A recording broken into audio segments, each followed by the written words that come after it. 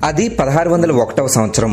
ఒక చిన్న పాప కిటికీలో నుండి చూస్తూ ఎదురుగా ఉన్న శివాలయాన్ని కొందరు ధ్వంసం చేయడం గమనించి పక్కనే ఉన్న తన తండ్రి వైపు చూసింది.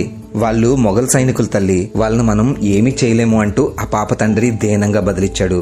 1630లో తన ఇంటి ఆవరణలో కూర్చున్న ఆ అమ్మాయి తన ఇంటి పక్కనే ఉన్న శ్రీరాముడి గుడిని కొందరు కూల్చేస్తూ ఉంటే ఎదురుగా ఉన్న తన భర్త వైపు చూసింది.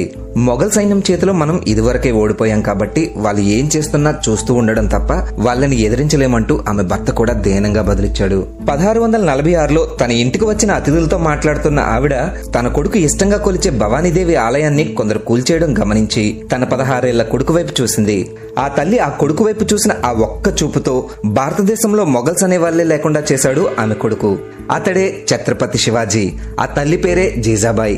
బేజాపూర్ సుల్తానుల్ని, మొఘల్స్ ని శివాజీ భారతదేశం నుండి ఎలా తరిమి కొట్టాడు లాంటి ఎన్నో విషయాల్ని డీటెయిల్డ్ గా తెలుసుకోవడానికి సజెస్టెడ్ వీడియోపై క్లిక్ చేయండి.